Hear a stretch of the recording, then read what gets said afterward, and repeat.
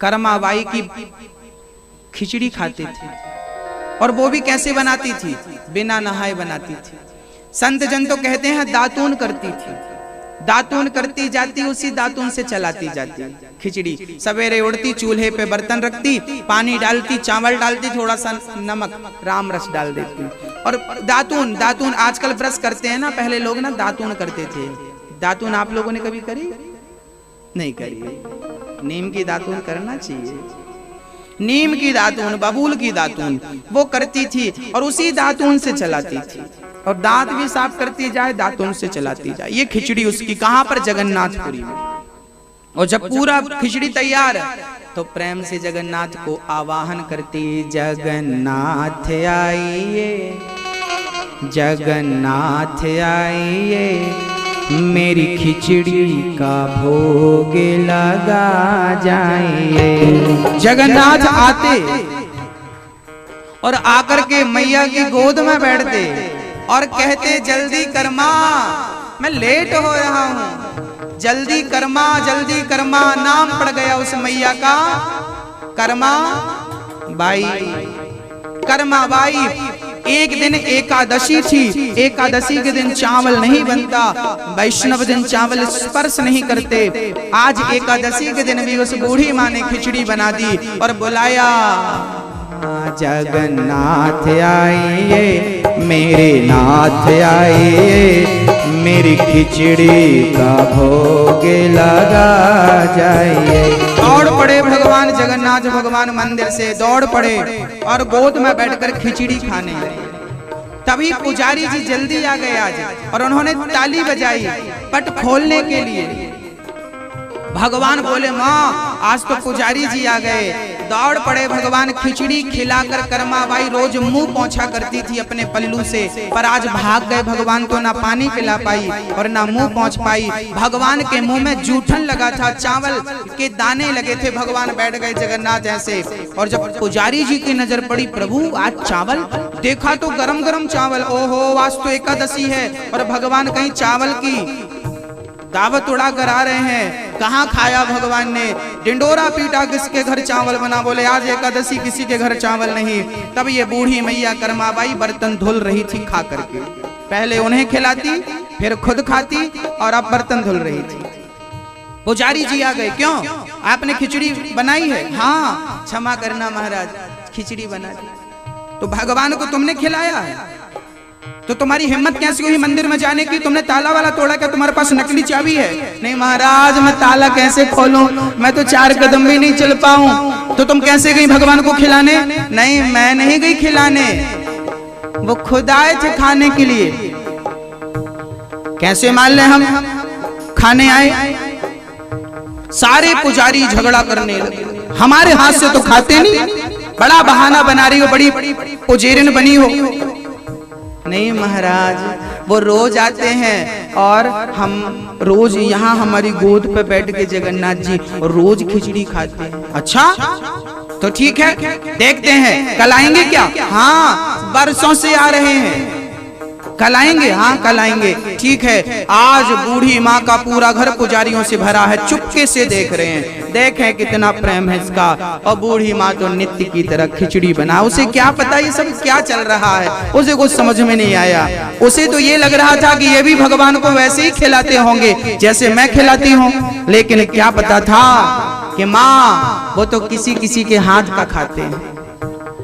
बड़े प्रेम से सारे पुजारी जी छिप गए, देखने लगे। देखूं तो और ज्यों सवेरा हुआ, खिचड़ी रखी, खिचड़ी तैयार भई।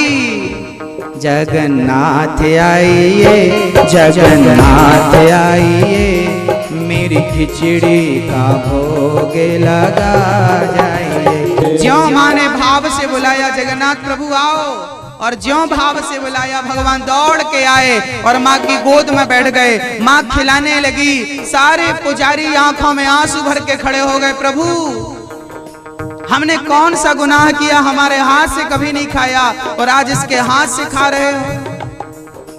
अच्छा, भगवान केवल कर्माबाई को तो दिख रहे थे, बाकी किसी को दिखाई नहीं पड़े।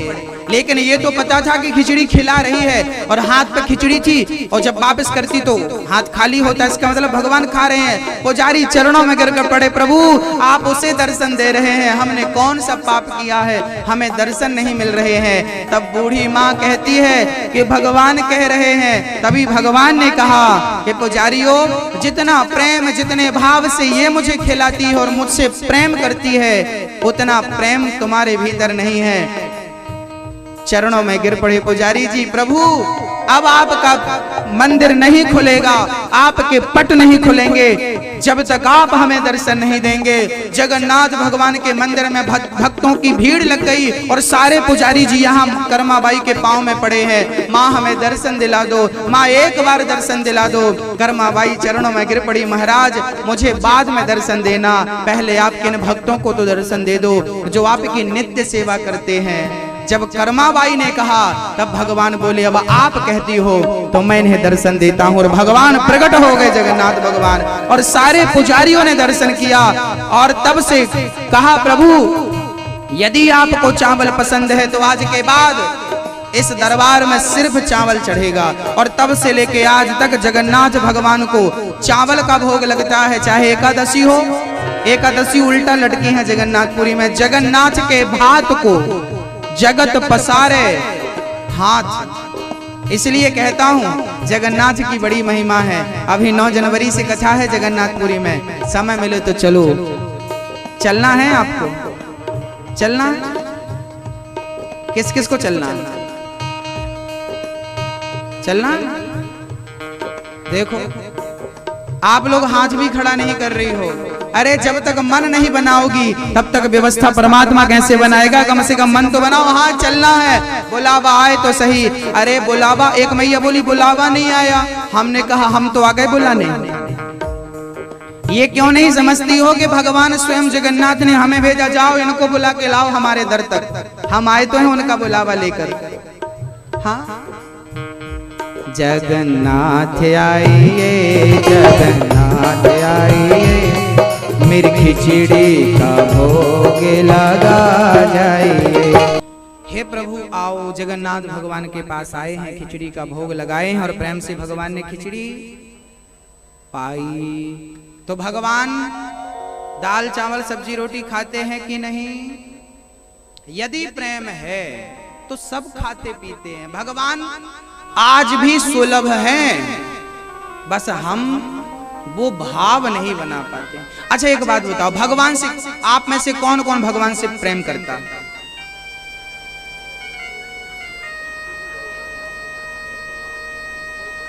आप नहीं करते भैया जी? आप नहीं करते? करते हैं, सब करते हैं, सबने हाथ उठाए हैं। वास्तविक में आप सब करते ही होंगे, लेकिन ये प्रेम कितना है जरा मैं देख लेता हूं। अच्छा अपने दिल में हाथ रख के बोलना, बिल्कुल गलत मत बोलना। आप जितना प्रेम अपने बेटे से करते हैं, क्या उतना प्रेम भगवान से है? यदि है तो ये दास आपको प्रणाम करता है। जितना प्रेम आपको अपने पैसों से है, जितना प्रेम आपको अपने पद से है, जितना प्रेम आपको अपनी प्रतिष्ठा से है, क्या इतना प्रेम भगवान से है? यदि है तो बहुत अच्छा है, और नहीं है तो भगवान तक पहुंचने के लिए इतने प्रेम की आवश्यकता है जितना प्रेम एक माँ अपने पुत्र से करती है। अरे माँ का बेटा ना आए ना 1 घंटे उसकी नजरों में तो विकल हो जाता है। हाँ हो जाता है। मेरा बेटा कहाँ है? 5 बज गए, अभी तक स्कूल से लौटा नहीं, जाकर देखो जरा। माँ विकल हो जाती है, व्याकुल हो जाती है, ना आए बेटा।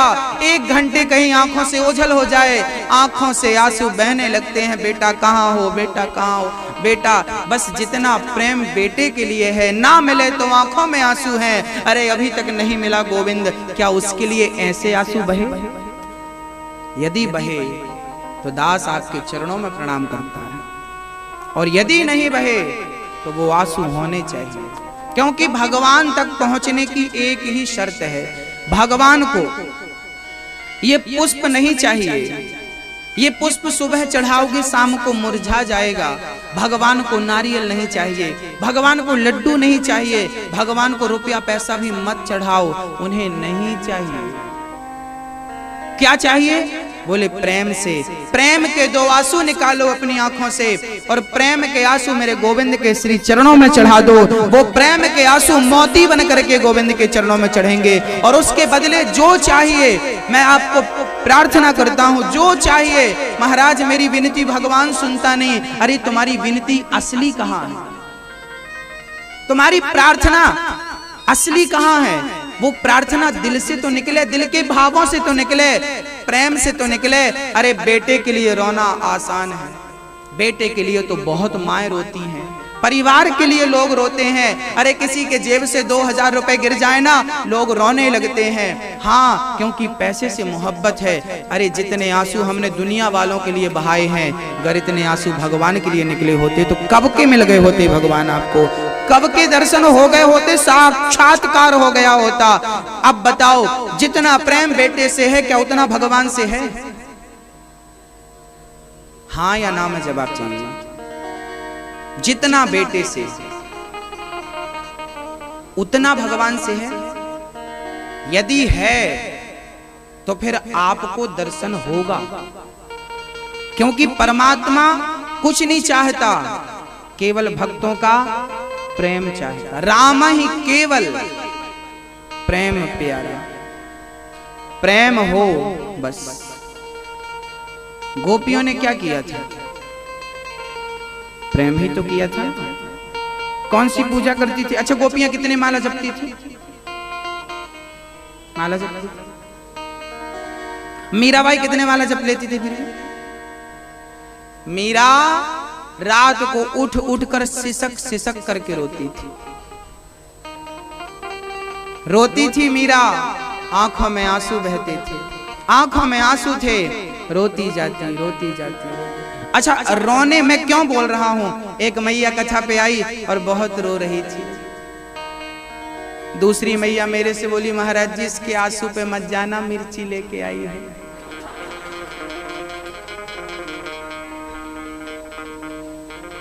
हमने कहा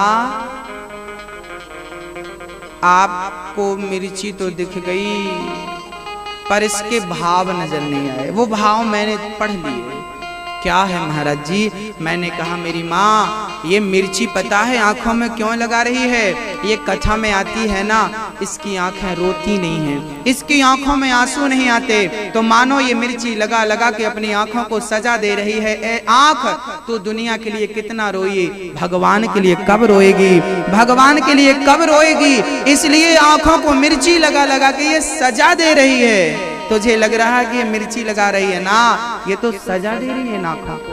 कब रोएंगी ये आंख? कब रोएगी तू? परिवार के लिए तो बहुत रोई, लेकिन गोविंद के लिए कब रोएगी? और जब तक आंखों से आंसू ना निकले, जब तक रोए ना, मिलन नहीं। गोपियां रोती हैं, कितना रोई हैं, कितना रोई हैं। भक्तों, एक छोटा सा बच्चा अभी 7-8 महीने का था और वो ना, आज क्या हुआ बच्चे के साथ, अभी 9 महीने का बच्चा था और माँ आज उसे दूध पिला करके और अपने साथ सुलाती है। सो गया बेटा। रात को 2 बजे बच्चा जाग गया और बच्चा पलटने लगा, पलट पलट कर बेड के किनारे पहुंच गया। हाँ, पलट पलट कर वो किनारे पहुंचा और अब ऐसा पलटा कि वो बेड के नीचे गिर पड़ा। अब बताइए, बालक बेड के नीचे गिर पड़ा। अब वो बालक कह रहा है मेरी माँ कैसी है बताओ, मैं नीचे गिर पड़ा और माँ तो बढ़िया सो रही है। अब बताइए, ये नीचे गिरा, इसमें क्या माँ की गलती थी? खुद होशियार बन रहा था, पलट पलट के गिर गया नीचे। अब गिर गया तो गिर गया, अब गिर गया तो क्या करे? बोले खुद तो चढ़ नहीं सकता बेड पे, तो क्या कर सकता है? ये क्या कर सकता है? रो सकता। और जब रोएगा तो माँ की आंखें खुलेंगी, अरे मेरा बेटा गिर गया, तुरंत उठाकर हृदय से लगा लेगी। जब बच्चा रोएगा तब माँ भागेगी उसकी तरफ। ऐसे ही हम सब परमात्मा के पास ही थे पर नीचे गिर गए हैं और अब उस तक फिर से पहुंचना है, तो बस रो करके उसे पुकार लो, कहीं भी होगा उठाकर आपको हृदय से लगा लेगा, आप उस तक पहुंच जाएंगे। जरूरत है केवल प्रेम के दो आंसू टपकाने की, और वही बड़ा कठिन है, वही बड़ा कठिन है।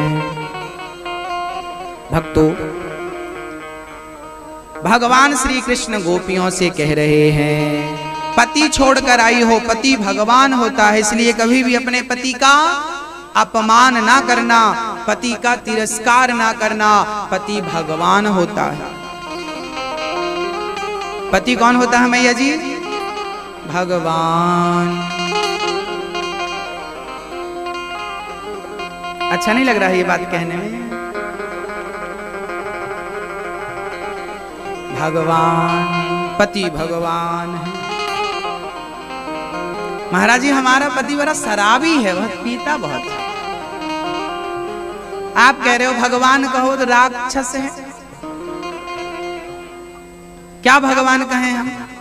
चलो अच्छा ये बताओ, आपके पति कितने हैं? कितने हैं? एक। तो इसलिए आप लोग पहचान नहीं पा रही।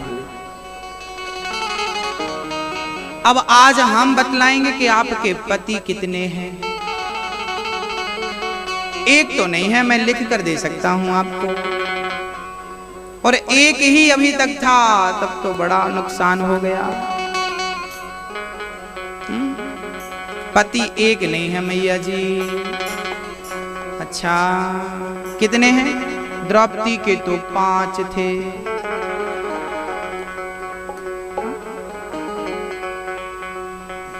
आपके कितने हैं? अच्छा चलो, माताओं से तो बाद में बात कर लेंगे। ये बताएं, पुरुषों के कितने पति हैं? अच्छा, आप स्त्री हैं कि पुरुष हैं?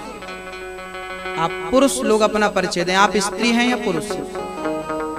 आज हम आपको बतलाएंगे। आप लोग सत्संग शायद ये वाला कभी सुना नहीं होगा, इसलिए आज आपको सुनाना आवश्यक है, ताकि दोबारा आपको ये प्रश्न आए तो तुरंत जवाब दे सकें। ऐसा है कि आप सभी के अंदर जो आत्मा है ना, वो जो आत्मा है ना, वो स्त्रीलिंग नहीं है, वो पुल्लिंग नहीं है, वो स्त्री है। वो क्या है? आत्मा होता नहीं है। आत्मा तो आत्मा स्त्री है कि पुरुष है? बुद्धि स्त्री है या पुरुष है? हाँ, तो बुद्धि और आत्मा ये दोनों स्त्रीलिंग हैं। इसलिए तो पितामह भीष्म ने कहा है कि इति मति रूप कल्पिता वितृष्णा, मेरी बुद्धि रूपी पुत्री से आप विवाह करो। तो मेरी जो बेटी है ना, मेरी जो, हाँ, वो स्त्री कौन है? आत्मा स्त्री है, बुद्धि स्त्री है। तो आत्मा स्त्री है तो स्त्री को पति तो चाहिए। तो उसके योग्य पति कौन है? बोले आत्मा के योग्य पति है परमात्मा। तो अपनी आत्मा को परमात्मा से मिलाना ही सच्चा संबंध स्थापित करना है। यही है आत्मा का परमात्मा से मिलन। तो आप माताएं जितनी हैं, तो ये जो पति है ना आपका, जिसने मांग भरी, मंगल सूत्र पहनाया, ये तो आपके शरीर का पति है, आपकी आत्मा का पति नहीं है। आत्मा का पति कौन है? ये बात मैं अपने से नहीं कह रहा हूं, प्रमाण पत्र है मेरे पास, लिखा हुआ है, तुम हो एक अगोचर सबके प्राण पति, स्वामी सबके प्राण पति, किस विध मिलूं दया मैं, किस विध मिलूं श्री श्याम जी तुमको मैं कुमति। ओम जय जगदीश हरे। अब बताओ कितने पति हो गए?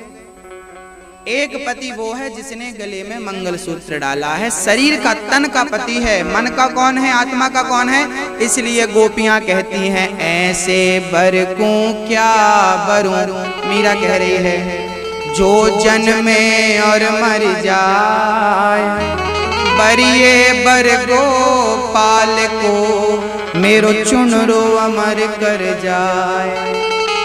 गोविंद से बढ़िया पति कोई हो नहीं सकता। तो किसको बनाना है? ये पति तो एक जन्म का है। गोपियां कह रही हैं कन्हैया आप तो हमारे जन्म जन्म के पति हो, तो जन्म जन्म वाले पति को एक जन्म के पति के लिए क्यों छोड़ दें भला। हम आपके लिए, हम संसार को आपके लिए छोड़ चुकी हैं, आपको संसार के लिए नहीं छोड़ सकती। ये तो एक जन्म का जीवन साथी है, कितने जन्म साथ निभाएगा। आप लोग तो कहती हो 7 जन्म में पक जाते हैं ना? लेकिन भगवान एक जन्म का नहीं, 2 जन्म हमारे और आपके करोड़ों बार जन्म हो चुके। और किस जन्म में हम स्त्री थे, किस जन्म में हम पुरुष थे, और हर जन्म में हमारा साथ गोविंद का तब भी था, आज भी है, सदा रहेगा। तो किससे नाता? नाता एक राम जी से, दूजा नाता तोड़ दे। इसलिए हमें क्या करना है? इसलिए हमें प्रार्थना करना है इतनी कृपा सांवरे बनाए रखना, इतनी कृपा सांवरे बनाए, मरते दम तक सेवा में लगाए। हे गोविंद हर जन्म में अपनी दासी बनाकर मुझे सेवा मैं लगाए रखना, अपने चरणों से दूर आप होना चाहते हैं क्या? तो मेरी माँ इसका अर्थ यह है कि अपने पति से तो प्यार करो, लेकिन उस पति के लिए केवल तन हो। मैं एक दिन कह चुका हूं कि दिल और मन भगवान के लिए हो। अच्छा ये तो रही माताओं की बात, अब पुरुषों की बात है। पुरुषों को क्या करना चाहिए, कहाँ दिल लगाना चाहिए? माताएं तो फिर भी अपने पति से बहुत प्रेम करती हैं और सच्चा प्रेम करती हैं, वो मान लेती हैं, तो फिर इस जन्म में वो दूसरे की तरफ सपने में भी नहीं देखती। लेकिन अब पुरुष है जो अपनी पत्नी के होते हुए भी ताक झांक करता रहता है।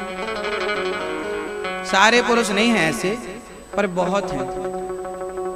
कितनी माताएं हमारे पास रोती रोती आती हैं। एक मैया मेरे पास रोती एक माँ का दर्द मैं आपको बयां कर रहा हूँ। ऐसी घटनाएं आपके अड़ोस पड़ोस में भी घटी होंगी, आपको याद आएगी। एक मैया मेरे पास आई, महाराज जी मैं बर्बाद हो गई, मैं लुट गई। क्या हुआ? बोले मेरा 5 साल का बेटा है और वो सरकारी स्कूल में पढ़ने को मजबूर है। हाँ, मैंने कहा पति क्या करते हैं आपके? बोले बैंक के मैनेजर हैं। बैंक का मैनेजर है, 80,000 रुपया महीना कमाता है, लाख रुपए महीना कमाता है। लेकिन तू भूखी क्यों मर रही है मेरी बहन? महाराज जी मेरा पड़ोसन ने मेरा घर उजाड़ दिया। घर उजाड़ दिया? क्या कर दिया? अरे महाराज जी मेरे पति का मेरी पड़ोसन के साथ चक्कर है। मेरा पति पूरा पैसा पड़ोसन को देता है, पूरी कमाई उसको देता है, 1 रुपए हमें नहीं देता। बच्चे को देखता नहीं, मुझे देखता नहीं। मेरी पड़ोसन ने मेरा घर उजाड़ दिया। महाराज भगवान से कहो मेरा घर बसा दे, मेरा पति मुझे लौटा दे। अच्छा बताइए किसी का पति कोई छीन लेगा तो रोएगी नहीं? भगवान करे ये घटना किसी के साथ ना घटे, लेकिन जिनके साथ घटती है ना उनका जीवन एक बार झांक कर देखना कैसा हो जाता है। भगवान करे ये दर्द किसी को ना मिले, लेकिन ऐसे दर्द से बहुत लोग आज भी तड़प रहे हैं। बहुत सारी हमारी बहनें हैं, एक स्त्री ही ना एक दूसरी स्त्री का घर बिगाड़ती है, एक महिला ही दूसरे के घर में आग लगाती है। इसलिए मैं अपनी माताओं से निवेदन करता हूँ आपके द्वारा किसी के घर में आग ना लगे। जलाना हो तो एक नन्हा सा दीपक जलाओ जो केवल लोगों को रास्ता बताए। हो सके तो किसी की बैसाखी बनकर, किसी का सहारा बनकर उसका साथ निभाओ, उसके दुख दर्द को कम करो। किसी के घर में आग मत लगाओ, बसे बसाए घर को उजाड़ो मत, क्योंकि यदि आपने किसी का घर उजाड़ा तो मैं आपको लिख कर दे दूं 7 जन्म तक परमात्मा घर आपका बसने नहीं देगा। एक वैश्या रहा करती थी एक गांव में। गांव के लोग तंग हो गए, महात्मा जी निकले गांव से। गांव के लोगों ने प्रार्थना करी, महाराज जी मेरे गांव में कुछ दिन रुक के मेरे गांव के लोगों की बुद्धि सुधार दो, ये वैश्या ने पूरे गांव को गंदा कर रखा। एक महात्मा जी रुक गए। उस वैश्या के घर के सामने घास की कुटिया बनाई और महात्मा जी रहने लगे। सवेरे 3 बजे से महात्मा जी स्नान ध्यान करके और सीताराम सीताराम, राधे श्याम राधे श्याम, राधे श्याम कीर्तन करने लगे। 4-6 भगत और आ जाते और प्रेम से खूब जोर जोर से संकीर्तन हुआ करता। अब वैश्या बड़ी डिस्टर्ब रहने लगी। 4-5 दिन तो निकल गए। 5वें दिन वैश्या परेशान हो गई और वैश्या ने अपने यारों से कहा कि बाबा की कुटिया में आग लगा दो, ना कुटिया रहेगी ना बाबा रहेगा। तो वैश्या के यारों ने जाकर कुटिया में चुपके से आग लगा दी। बाबा जी का घर जलने लगा। महात्मा जी बाहर खड़े होकर प्रसन्न थे। वाह प्रभु जी, अग्नि के रूप में आप पधारे हैं मेरे घर, आपका स्वागत। महात्मा तो फक्कड़ थे, उन्हें क्या जरूरत थी, लेकिन परमात्मा देखिए हिसाब किताब पूरा करता है। तभी हवा चली और हवा चली तो आग उड़ उड़ के वैश्या के घर में जाने लगी। और देखते देखते वैश्या का घर भी जलने लगा। वैश्या का घर जलने लगा। दौड़ी दौड़ी आई, महात्मा जी आपने मेरे घर में आग लगा दी। महात्मा जी बोले, देवी मैंने तेरा घर नहीं जलाया। तो किसने जलाया? बोले, तेरे यार ने मेरा घर जलाया, तो मेरे यार ने भी तेरा घर जला दिया। हिसाब बराबर। आप दूसरों के घर में आग लगाओ, आपके घर में भी आग लगाने को तैयार है। कहावत नहीं सुनी, जब हम दूसरों के लिए गड्ढा खोदते तो देर, ईश्वर की लाठी मेहनत आवाज नहीं होती, उसके घर देर तो लगती है मेरी माँ, अंधेर नहीं होती है ना। इसलिए किसी का घर मत तबाह करो, किसी का घर मत बिगाड़ो। आप लोग तो सब अच्छे हैं, लेकिन आप लोगों के द्वारा ये संदेश और तक पहुंचे, इसलिए मैंने संदेश आपको दिया। कभी अपने मार्ग से विचलित मत होना। कपड़े पे दाग लग जाएगा ना तो हम छुटा लेंगे, पर चरित्र पे दाग लग जाएगा तो कोई साबुन नहीं है जो चरित्र के दाग को धुल सके। इसलिए चरित्र पर दाग मत लगने देना। राम कथा, राम हनुमान जी और राम जी के बारे में क्या लिखा है? राम चरित्र सुनवे को रसिया, राम लखन सीता मन। ये चरित्रवानों की कथाएं हैं, चरित्रवानों की। राम जैसा चरित्रवान सुपड़ खाई, हमसे विवाह कर लो, देखा तक नहीं मेरे राम ने। ऐसी चर्चाएं हैं। इसलिए अपनी पत्नी से बहुत प्यार करना चाहिए, अपने पति से बहुत प्यार करना चाहिए, अपने बच्चों से बहुत प्यार करना चाहिए और पूरे परिवार से प्यार करते हुए अपने गोविंद से बहुत प्यार करना चाहिए। बस यही आपका परिवार है। मेरे परिवार में मेरी पत्नी है, मेरी माँ है, मेरा पिता है, मेरा भाई है, मेरी बहन है, मेरे बच्चे हैं और मेरे घर में मेरा मालिक है, मेरा कृष्ण। हम जितना प्यार अपनी माँ से करें उतना प्यार कृष्ण से करें। एक माँ के 4 बेटे होते हैं तो 4 बेटों से प्यार होता है कि नहीं? एक माँ के 2 बेटे होते हैं तो 2 से प्यार होता है कि नहीं? एक माँ का 1 बेटा हो तो 1 बेटे से प्यार होता है कि नहीं? यदि 1 बेटा आपका है तो दूसरा बेटा कृष्ण को मान लो, 2 बेटे हैं तो तीसरा बेटा कृष्ण को मान लो, 4 बेटा है 5वां बेटा कृष्ण को मान लो। मतलब ये है कि आप किसी ना किसी प्रकार कृष्ण से जुड़े रहे। 4 बेटियां हैं तो 5वीं बेटी राधा रानी, 2 बेटियां हैं तो तीसरी बेटी राधा रानी, 1 भी बेटी नहीं है तो पहली बेटी मेरी राधा रानी। संबंध जोड़ो, संबंध बनाओ भगवान से और परिवार में रहो। परिवार को आज दिल्ली मुंबई के लोग ना बड़े परेशान है, ये अपने परिवार को टाइम नहीं देते। इस चक्कर में इनका परिवार उजड़ जाता है। आपने देखा होगा शादी के 1-2 साल बाद तलाक हो जाता है, क्योंकि ना पत्नी पति को समझती है ना पति पत्नी को समझता है। खून गर्म होता है जवानी का और कुछ समझ में आता नहीं, तलाक हो जाता है। तुम अपना रास्ता देखो, हम अपना रास्ता देखो। हमारे भारत में तलाक जैसी व्यवस्थाएं थी ही नहीं, क्योंकि हम हिंदी पढ़ने वाले लोग हैं और हिंदी में तोड़ने वाला कोई शब्द नहीं है। इंग्लिश में एक शब्द है डिवोर्स, उर्दू में एक शब्द है तलाक। तलाक तलाक, डिवोर्स मतलब तोड़ना, तलाक मतलब तलाक और डिवोर्स का एक ही पर्याय है। लेकिन हिंदी में कोई ऐसा शब्द बताओ जिसको कह के रिश्ता खत्म कर दिया जाए? हाँ या ना? हिंदी में कोई ऐसा शब्द है? उर्दू शब्द है तलाक, इंग्लिश शब्द है डिवोर्स, हिंदी शब्द क्या जिसको कह के आपका और हमारा रिश्ता खत्म? मेरे भाई, हिंदी है, हम वतन हैं, हिंदोस्तां हमारा। हिंदी जोड़ना तो सिखाती है, तोड़ना कभी नहीं सिखाती। ये हिंदी की बात है। आज लोग हिंदी भूल रहे हैं, इंग्लिश में लेक्चर देके इंग्लिश बोलते हुए ना वो अपने आप को बड़ा गौरवान्वित महसूस करते हैं। हाँ हम इंग्लिश बोल रहे हैं। अरे भाई, इंग्लिश में बोल रहे हो तो अपने आप को महान कह रहे हो। कहाँ रह रहे हो ये तो बताओ? कौन सा देश है ये? कौन सा देश है? भारत है। ये भारत है। ये इंडिया नहीं, इडियटों का। अंग्रेज लोग जब हमारे देश में आए ना, तब उन लोगों ने हमें इडियट कहा था। इडियट है, इडियट, इडियट, इडियट से इंडिया हो गया। हम हिंदुस्तानी हैं, हम भारतीय हैं, हम आर्यवर्त के जम्बो द्वीपे, भारत खंडे, भारतवर्ष, ये हमारा देश है। यहाँ जोड़ना तो है, यहाँ तोड़ना नहीं है। हम लोग जोड़ने वाले, इसलिए अपने मातृभाषा से प्यार करिए, अपने वतन, अपने राष्ट्र, अपने देश से प्यार करिए, अपने परिवार से प्यार करिए, अपनी पत्नी को भरपूर समय दीजिए। केवल काम काम काम काम काम काम मत करिए, क्योंकि जब समय हाथ से, जब आपकी पत्नी मरेगी ना, हाँ, जब आपकी पत्नी मरेगी, एक सज्जन को मैं जानता हूँ, क्योंकि मेरे जीवन में बहुत अनुभव है। मेरे जीवन में मेरे एक शिष्य हैं, उनकी पत्नी जब 40 साल के वो हो गए ना, तो 40 साल की उम्र में उनकी पत्नी प्राणांत हो गया, चल बसी। वो मेरे पास आए, रोने लगे, महाराज जी मेरी पत्नी जब तक जिंदा थी मैंने कभी प्यार की निगाहों से देखा ही नहीं। हमेशा मारता रहा, दुत्कारता रहा, चिल्लाता रहा, चीखता रहा, उस पर शिकायत करता रहा, उससे लाख। आज जब मर गई ना, आज पता चला कि उसकी हमें कितनी आवश्यकता थी। हम हारे थके काम से आते थे, हमें पानी पिलाया करती थी, हमें दूध पिलाया करती थी, भोजन के लिए 4 बार बोला करती थी, ठंडा हो रहा है कर लीजिए, ठंडा हो रहा है कर लीजिए। आज हमारी बहुएं ठंडा ही देती हैं। एक गिलास पानी हमारी बहू, हमारा बेटा हमें देने को तैयार नहीं। पत्नी थी, एक माँ के बाद पत्नी होती है, माँ के बाद एक पत्नी होती है जो पुरुष को संभालती है। बैठ जाइए, थोड़ी सी कथा बची है, सावधानी से। अभी बंद करो भैया, हम डर गए।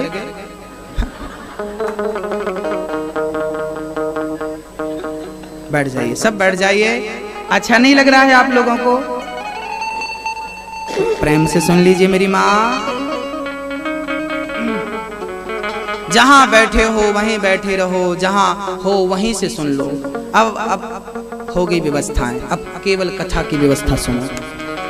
बड़े प्रेम से, जब तक पत्नी जिंदा होती है, पत्नी की पुरुष कदर नहीं करता, उसे दुत्कारता रहता है, उसका अपमान तिरस्कार करता रहता है। जब मर जाती है ना, तब उसके लिए रोता है। इसलिए सास जब मरती है ना, तो सबसे ज्यादा कौन रोता है? सास के मरने में सबसे ज्यादा बहू रोती है, और वो भी फ्रंट में बैठ के रोती है, ताकि आने वालों की पहली नजर इस पर पड़े। आहा, बहू तो बड़ा प्यार करती थी सास से, राम राम राम, रो रही है, और बेहोश होकर भी गिरती है। फिर पानी वानी छिड़को तब होश आता है, ये वही बहू है नौटंकीबाज। जब तक सास जिंदा थी, गिलास भर पानी नहीं पिलाया, अकेली बुढ़िया बना के रोटी खाती थी। इसने एक रोटी नहीं खिलाई और मर गई, तो देखो कैसे बैठी रो रही है। कहो इससे क्यों रो रही है? तुझे शर्म नहीं आती, लज्जा नहीं आती? जब तक जिंदा थी गिलास भर पानी नहीं दिया साहब, अकेली बुढ़िया बनाती रही, खाती रही। कोई पूछने नहीं गया कि माँ पाँव में दर्द है, ला जरा पाँव दबा दूं, तेरे सिर में दर्द है, तेरे को जरूरत दवाई गोली की तो नहीं है, ला जरा तेरा सिर दबा दूं। ना बेटा कभी पूछने गया, ना बहू कभी पूछने गई, ना नाती पूछने गया। और जब वो बूढ़ी माँ, बूढ़ा बाप मर गया, तो घर भर के लोग रो रहे हैं। किसके लिए रो रहे हो? क्यों? ईश्वर से डर नहीं लगता आप लोगों को? ये आंसू तुम दिखाना किसे चाह रहे हो? दुनिया वालों को? दुनिया वालों को क्या फर्क पड़ता है कि तुम्हारे आंसू कितने गिर रहे हैं? ईश्वर से तो डरो, वो तो देखने वाला है कि तुमने कितना अच्छा किसके साथ किया और कितना बुरा किसके साथ किया है ना। हम कहते हैं किसी के मरने में रोया मत करो। जब तक कोई जिंदा है, मैं जिंदा हूं, आप जिंदा हैं, जब तक लोग जिंदा है, मेरी पत्नी जिंदा है, मेरी माँ जिंदा है, मेरा पिता जिंदा है, मेरा परिवार जिंदा है, मेरा भाई जिंदा है, जब तक हमारे लोग जिंदा हैं, साथ में हैं, तब तक उनका सहयोग करो और कंधे से कंधे मिलाकर उनके साथ चलो। उनके हर सुख में, हर दुख में उनके साथ रहो, उनका साथ कभी मत छोड़ो। उन्हें जरूरत, यदि आपको भगवान ने समर्थवान बनाया है और आपके भाई को यदि 2 रुपए की जरूरत है, तो प्यार से उसे 2 रुपए दे दो। जब वही भाई मर जाएगा ना, तो रोएंगे, रोने के लिए, अरे रोने के लिए तो सारे लोग आ जाएंगे, लेकिन सहयोग करने के लिए आए क्या कोई? जब मुझे आपकी जरूरत थी तब क्या आए आप? नहीं आए। मरने पर तो दुश्मन भी आंसू बहा देता है, तो आंसू बहाना कौन सी बड़ी बात है? मैं जिंदा था, एक फूल नहीं दिया साहब, मर गए तो फूलों की माला पहना दी। जिंदा था, एक इतना सा कपड़ा नहीं दिया, मर गए तो शॉल उड़ा रहे हैं, गर्मी में चादर उड़ा रहे हैं। अब कहाँ जरूरत है? अपनी शॉल, अपनी चादर अपने पास रख। जिंदा थे, एक कदम साथ नहीं चला, stand bus stand railway station तक छोड़ने नहीं गया, और मर गए तो कंधे पे उठा उठा के शमशान तक ले जाता है। जिंदा थे, बेटा पानी नहीं पिलाया, मर गए तो खोपड़ी फोड़ करके घी पिलाता है, कपाल मोचन करता है। सारी फॉर्मेलिटियां मरने के बाद। लगता कभी कभी जी करता मर जाओ, बड़ा सम्मान मिलता मरने के बाद। आजकल तो शमशान भी बढ़िया बनवा दिए मोदी साहब ने। ऐसा लगता है चकाचक चमन हो गए पूरे शमशान। ओ बढ़िया टीन का सेट डल गया, बढ़िया चबूतरा बन गया। एक शमशान की ओपनिंग में तो 8,000 का इनाम रख दिया, पहले मुर्दे को 8,000 रुपए। हमने कहा इस चक्कर में कोई मरना जाना। हालत बड़ी गंभीर है। रियल की तरफ हम नहीं बढ़ते, यथार्थ की तरफ हम नहीं बढ़ते, हम फॉर्मेलिटियों पर अटके रहते हैं। फॉर्मेलिटी, मरना है, मर गया ना, अब चलो। एक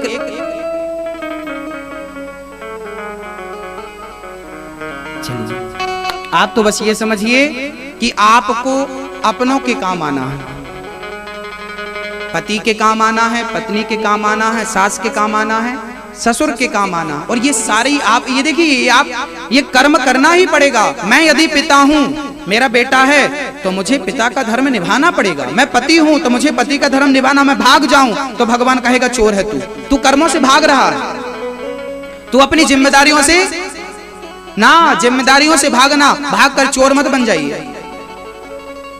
रहिए जिम्मेदारियों के बीच में, सब करिए, संकट आएगा उसका सामना करिए, मरिए मत। कई लोग ना बड़े परेशान हो जाते हैं, गोली मार लेते हैं, मर जाते हैं, फांसी लगा लेते हैं, आग लगा लेते हैं, जहर खा ले, ट्रेन की पटरियों के नीचे मर जाते। क्या होता है? आपके मरने से क्या होगा? आपके मरने से किसका बिगड़ना है? आपके घर में क्या रोटी नहीं बनेगी आपके मरने के बाद? अरे सब ज्यों का त्यों चलता रहेगा। हमारे मरने से बिगड़ता है केवल हमारा, लोक परलोक दोनों बिगड़ जाता है। इसलिए जीवन में मुसीबतें सबके घर आई। राम को भी 14 वर्ष के लिए वनवास जाना पड़ा, इतना संकट आया। क्या राम जी आत्महत्या कर लिए?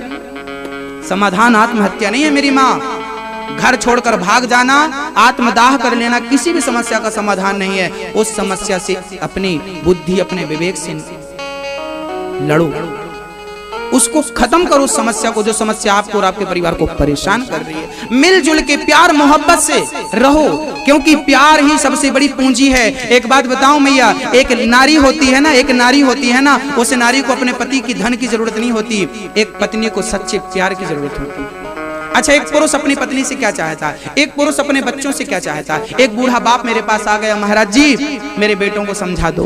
क्या मुझे इन बेटों से पैसा नहीं चाहिए, बस प्यार से मेरी बहू गिलास भर पानी देती रहे, प्यार से मेरी बहू 2 रोटी देती रहे।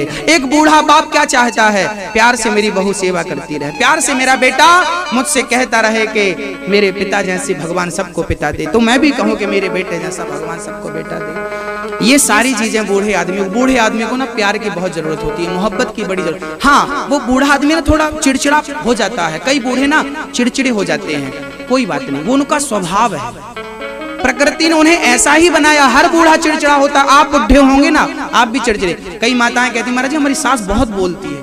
कोई बात नहीं, जब तुम छोटी सी थी तब भी तो तुम बहुत बोलती थी, तुम्हारी माँ थप्पड़ तो नहीं मारती थी ना? तो आपकी सास, आपके बूढ़े माँ बाप बोल रहे हैं तो आपको बुरा लग रहा? अरे बतलाओ ना। छोटे छोटे बच्चे कितने प्रश्न करते हैं, हाँ या ना करते हैं ना? कितने प्रश्न करते हैं, मम्मी ये क्या है, पापा ये क्या, ये ऐसा है तो ऐसा है। एक प्रश्न के पीछे 4 प्रश्न पैदा करते हैं बच्चे और पूछते हैं, और आप बताते हैं ना, खुशी से बताते हैं कि नहीं?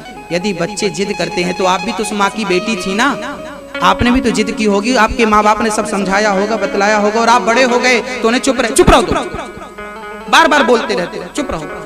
धिक्कार है, चिल्लू भर पानी में डूब के मर जाना चाहिए ऐसी संतान को। पैसा सब कुछ नहीं होता मेरी माँ, इंसानियत का परिचय दीजिए, इंसानियत निभाइए अपनी। इंसान के काम ना आया तो धिक्कार है उसका जीवन, बेकार है उसका जीवन। इसलिए इंसानियत पहले हो, बाकी सब हम बाद में देख लेंगे। मंदिर भगवान के दरबार पे जाने की जरूरत नहीं है, क्योंकि भगवान गरीब दीन दुखियों के रूप में यहीं मिल जाता है। इनकी सेवा कर दो, इनके पेट भर दो, इनको खुश कर लो, भगवान अपने आप खुश हो जाएगा। कुंडली नाम का एक बेटा था, महाराष्ट्र की घटना है।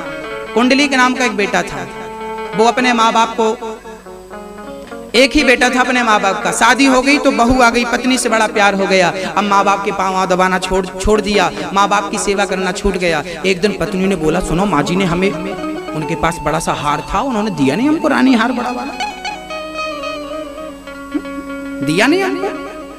बेटा बोला वो माँ का नहीं था। नहीं नहीं माँ का था, माँ ने तुम्हें बताया नहीं, छिपा रखा है। हाँ तभी मम्मी पापा बोले बेटा अब हम लोग काशी यात्रा पे जा रहे हैं, तीर्थ यात्रा पे जा रहे हैं, तुम दोनों बेटा सुखी रहना, हम लौट आए इसका भरोसा मत करना, हम लौटेंगे नहीं, अब जाके वहीं काशी में मरेंगे। बेटा बहू सोची, बहू ने कहा सुनो हार लेके जा रहे हैं, कम से कम हार तो ले लो, फिर बुढ़ों को भेजो, हार तो मिले। बेटा बोला कैसे कहें मम्मी से हार, पापा से एक काम करो, बहू बोली एक काम करो, आप कहो कि हम भी चल रहे हैं आपके साथ, तो काशी में इनको छोड़ के इनका झोला लेके आ जाएंगे। चल पड़े बेटा, बहुत सच घटना है, ये सत्य घटना है, ये कोई कहानी और टाइम पास नहीं है। चल पड़े, नाम था कुंडलीक। चल पड़े, काशी पहुंच गए। अब कुंडलीक मम्मी पापा के दरवाजे की तरफ, कहां खुला मिल जाए मैं बैग लेके और भाग जाऊं, इसमें माल होगा। बहू भी ताक पे थी। सवेरे के 4 बज रहे थे, तभी कुंडलीक अपने बाप को टुकुर टुकुर देख रहा था। तभी वहां से 3 स्त्रियां आई गंदे कपड़े पहनकर, और वहां एक बहुत सिद्ध संत रहा करते थे। संत के पास तीनों स्त्रियां गईं और उन्हें प्रणाम करती हैं तो उनके शरीर बिल्कुल चमचमाता हुआ श्वेत वस्त्र हो गए, वापस जाने लगी। उस कुंडलीक ने रोका, देवियों रुको रुको, तुम तीनों कौन हो? हम ये गंगा हैं, ये यमुना है, ये सरस्वती, हम तीनों नदियां हैं, तो यहाँ क्या कर रही हो? बोले गंदे कपड़े पहन के आई हो, साफ कपड़े पहन के जा रही हो, क्यों? तब गंगा ने कहा बेटा पापियों के पाप धुलते धुलते हम गंदी हो जाते हैं, और अभी 1-2 दिन से जब से तू इस घाट पे आया है ना, तो तेरे स्नान करती हम बहुत गंदी हो जाती हैं। हमारे स्नान? हाँ, जब से तूने हमारे जल में पांव रखा है ना, हम गंदी हो गई। ऐसे तो हम 1 महीने में 1 बार संतों का दर्शन करती हैं, लेकिन जब से तू आया है तो रोज करना पड़ता। क्यों माँ, ऐसा क्यों? अरे पापी, जब तुम जैसे बेटे जो अपने बाप की जासूसी करते हैं, तुम जैसे बेटे जब गंगा में पांव रखते हैं ना, तो गंगा गंदी हो जाया करती है। तुम जैसे पापियों को अपने पास रखती है तो गंदगी, जब तुम आए ना तो मैं पाप रोज धुलने जाती हूँ, और ऐसे पवित्र संत महात्माओं का दर्शन करती हूँ तो मेरा पाप समाप्त हो जाता है। कुंडलीक की आंखों में आंसू आ गए। मेरे जैसा अभागा कौन होगा? जिस बाप ने, जिस पिता ने, जिस माँ ने मुझे 9 महीने गर्भ में रखा, इतना कष्ट मेरे लिए उठाया, आज मैं उसकी जासूसी थोड़े से धन दौलत के लिए कर रहा हूँ। धिक्कार है। उस दिन से उसने अपनी पत्नी को ठुकराया, तुझे रहना है तो सेवा करनी पड़ेगी। माँ बाप को लिया और घर चला गया, और ऐसी सेवा करता है भक्तों, ऐसी सेवा माँ बाप की कि माँ बाप की साड़ी, माँ की साड़ी, पिता के पूरा भोजन बनाता, भोजन कराता, पांव जो कहते उसके पहले सेवा। एक दिन हुआ, उसके पिता एक गोद में सिर रखे थे, उसके माँ एक गोद में, कुंडलीक के एक गोद में पिता का सिर, एक गोद में माँ का। वो माँ बाप की सेवा हाथों से कर रहा था, तभी भगवान प्रकट हो गए उसके यहाँ। बेटा तुमने ऐसी सेवा करी अपने माँ बाप की, हम तुम्हें दर्शन देने आए, आओ हमारा दर्शन कर लो, जरा अपने घर के बाहर निकलो। कुंडलीक बोला प्रभु मैं माँ बाप की सेवा कर रहा हूँ, अभी मैं घर के बाहर नहीं आ सकता, आपको दर्शन देना हो तो घर के अंदर आ जाओ। लो, एक ईंट रखी थी वहां पर, ईंट, उस ईंट को यूं फेंक दिया कुंडलीक ने, और ईंट पर भगवान खड़े हो गए, दोनों पांव रख के और दोनों कमर, हाथ कमर में ऐसे रखे खड़े हो गए। उसी समय उसके पिता के प्राणांत हो गया, माँ का प्राणांत हो गया, और माँ बाप जब गए, विमान आया, विमान पर बैठकर जाने लगे। कुंडलीक बोला पिताजी मुझे अपने साथ ले चलो। पिता के कहने से कुंडलीक भी साथ में हो गया, और विमान में बैठ के भगवत धाम की ओर जाने लगे। भगवान बोले मैं रास्ते में खड़ा हूँ भाई, बाहर तेरे से मिलना है। तब कुंडलीक बोले प्रभु फिर कभी आकर दर्शन कर लूंगा। तब से आज तक भगवान उसका वैसे ही इंतजार करते हैं, और उसी जगह पर महाराष्ट्र में एक बहुत बड़ा मंदिर है, बहुत बड़ा तीर्थ है, जिसे कहा जाता है विठोबा, विठल। आज भी विठल भगवान कमर में हाथ रख के खड़े हैं, आज भी ईंट के ऊपर, उसी जगह पर आज बहुत बड़ा मंदिर है। कहा जाता है कलयुग के अंत में वो फिर आएगा, और जब भगवान विठल दर्शन करेंगे तब विठल भगवान कलयुग के अंत में परमधाम को सिधार जाएंगे। आज महाराष्ट्र का सबसे बड़ा तीर्थ, जैसे आप लोग बिहारी जी से जुड़े हैं, ऐसे महाराष्ट्र में वो विठल भगवान है। विठल विठल विठला पांडुरंग विठला, विठल विठल विठला पांडुरंग विठल। माँ बाप की सेवा ये होती है। सेवा कर लो, सब कुछ रह जाएगा यही। हाँ, एक बार जब हम और आप मरते हैं ना, तो हमारे हृदय में करुणा जागने लगती है। अभी तक तो हमारा खून गर्म है ना, तो लड़ाई झगड़ा चलता है, लेकिन आपको पता चल जाए कि आपको फलानी तारीख को मरना है, 7 दिन बाद मरना है, तो फिर आप इतना गुस्सा करेंगे? इतनी गर्मी रह जाएगी? नहीं ना, क्योंकि पता चल जाएगा मरना है। अच्छा, अभी नहीं पता आप लोगों को कि मरना है एक दिन? हाँ, स्वर्गा से संदेशा आया है, आओ देखें नंबर किसका आया। एक भजन सुना रहा हूं, इसमें बिल्कुल उठना बैठना मत करना मैया जी, और आप इसको दिल से सुनना, फिर हम आपको आगे की लीला की ओर ले जाएं। ओ भक्तो, स्वर्गा से आयो है संदेश, बुलावो आग्यो राम को, बुलावो आग्यो राम को। किसका बुलावा आया? देखते हैं। राम जी का बुलावा आया।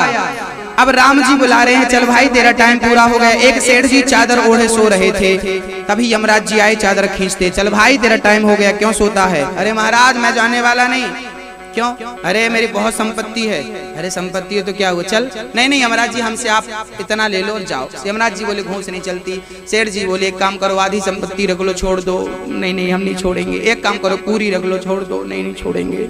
तब सेठ जी बोले 1 मिनट का टाइम दे दो। सेठ जी उठे, एक कलम उठाई, कागज उठाया, कुछ लिखा, और सेठ जी बोले अब ले चलो।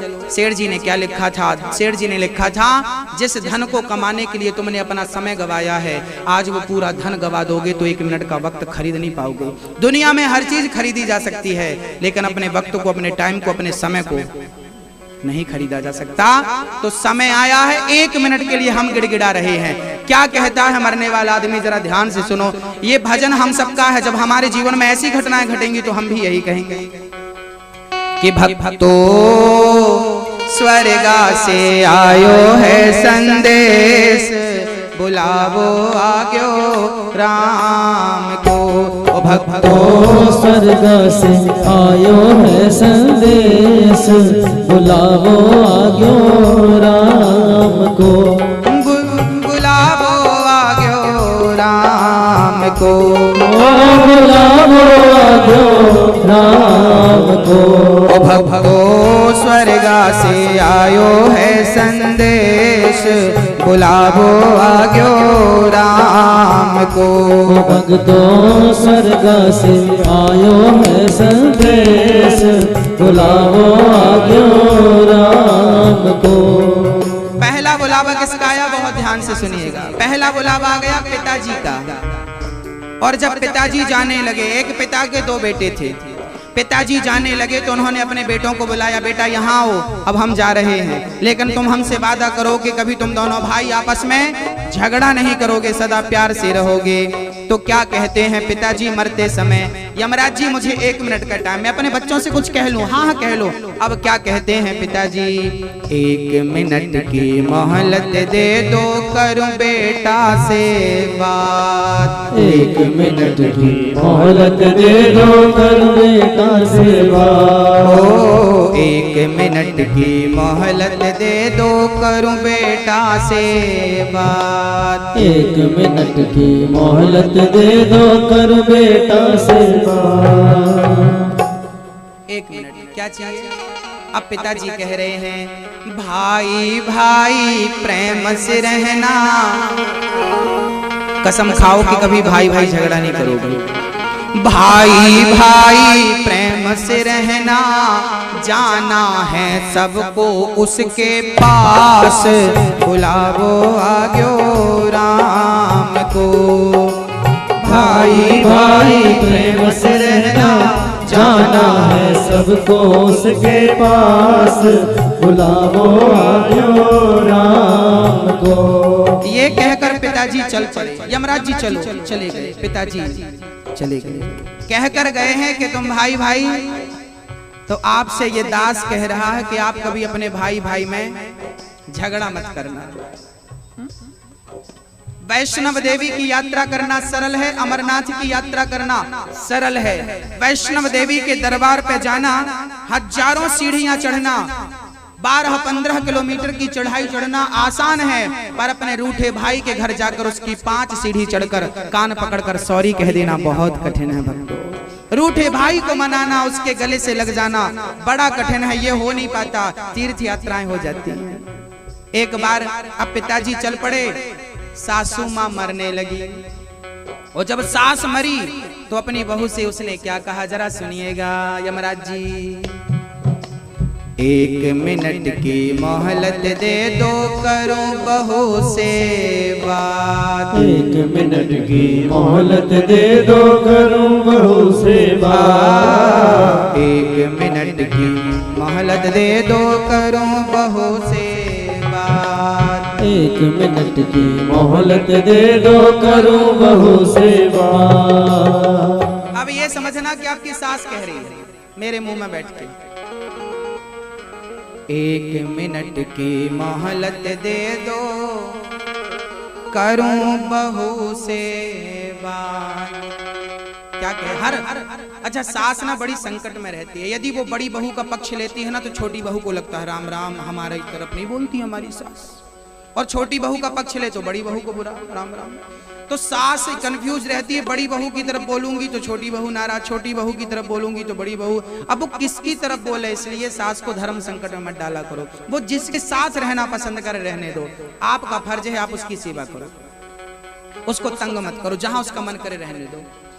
1 मिनट की मोहलत दे दो, करूं बहू से बात। क्या बात कर रही है सास? कह रही है मैं तुम्हारो धर्म निभा दी, मैं तुम्हारो धर्म निभा दी, बांध के रखियो ये परिवार, बुलावो आग्यो राम को।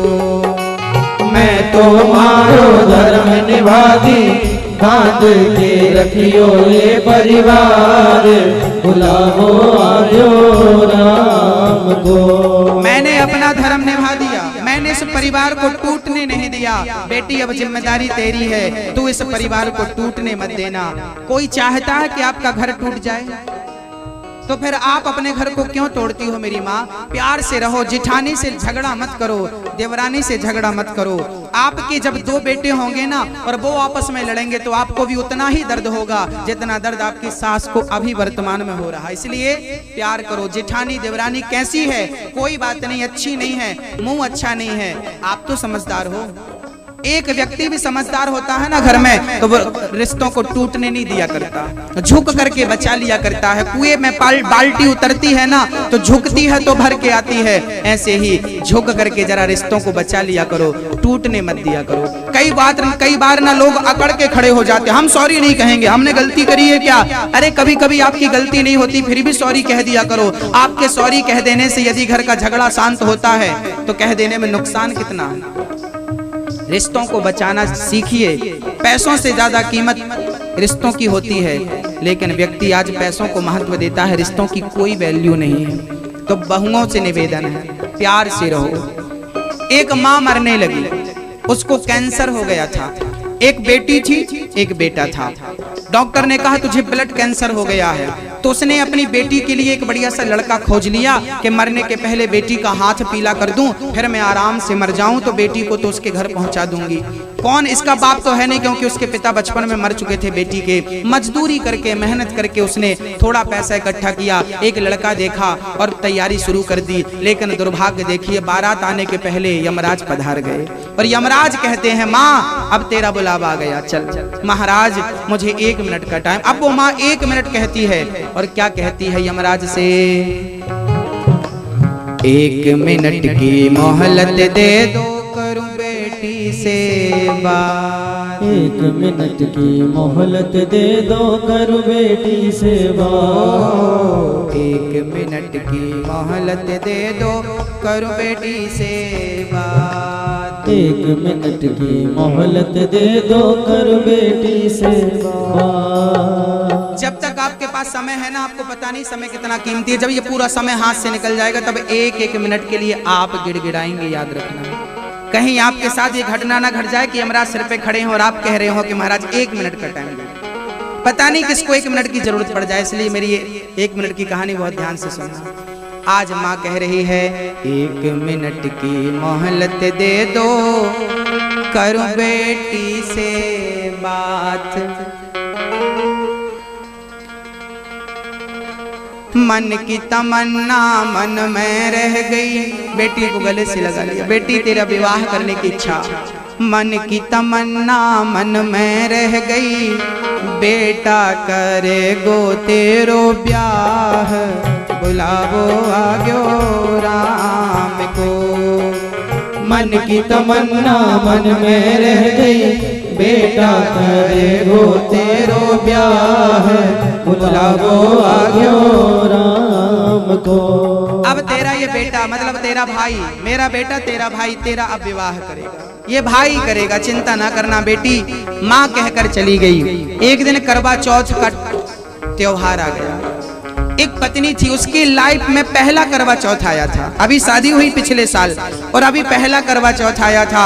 आज बड़ी खुश है, आज मेरे करवा चौथ है, बहुत बढ़िया प्रसन्नता से आज पति ने उसको रेशमी साड़ी दिलाई, उसको कान के बाले दिलाए, उसने बाले पहने, गले का पहना, और चंद्रमा चांद निकलने वाला था, चलनी वलनी सब तैयार थी, दीपक तैयार था, चांद निकलने की देर है, लेकिन चांद आए उसके पहले यमराज आ गए।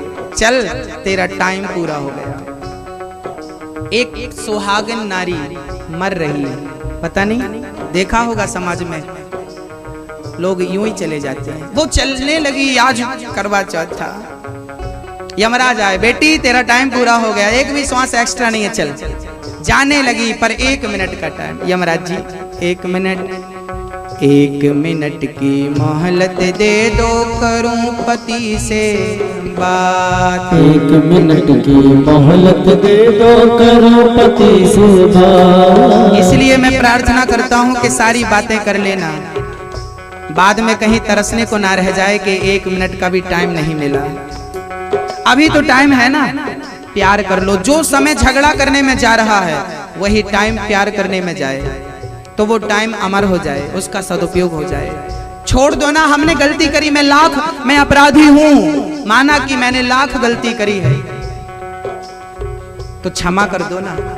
अपने पति की गलतियां भूल जाओ, अपने पत्नी की गलतियां भूल जाओ, गिला शिकवा भूल के प्यार करना शुरू कर दो। समय थोड़ा है, पता नहीं कौन सी श्वास आखिरी सांस हो। आज पूज्य श्री अनिरुद्धाचार्य जी महाराज ने हम सभी लोगों को बहुत ही उत्तम एवं शिक्षाप्रद कथा सुनाई है। आशा करता हूँ कि इस शिक्षाप्रद कथा से हम सभी लोग कुछ न कुछ शिक्षा अवश्य ग्रहण करेंगे और अपने जीवन को सुखी और सात्विक बनाने का प्रयास करेंगे। मित्रों, अगर आपको यह शिक्षाप्रद कथा पसंद आई हो तो वीडियो को लाइक करें और अधिक से अधिक लोगों को शेयर भी करें, जिससे और भी लोग महाराज जी की इस शिक्षाप्रद कथा से शिक्षा लेकर अपने जीवन को सुखी बना सकें।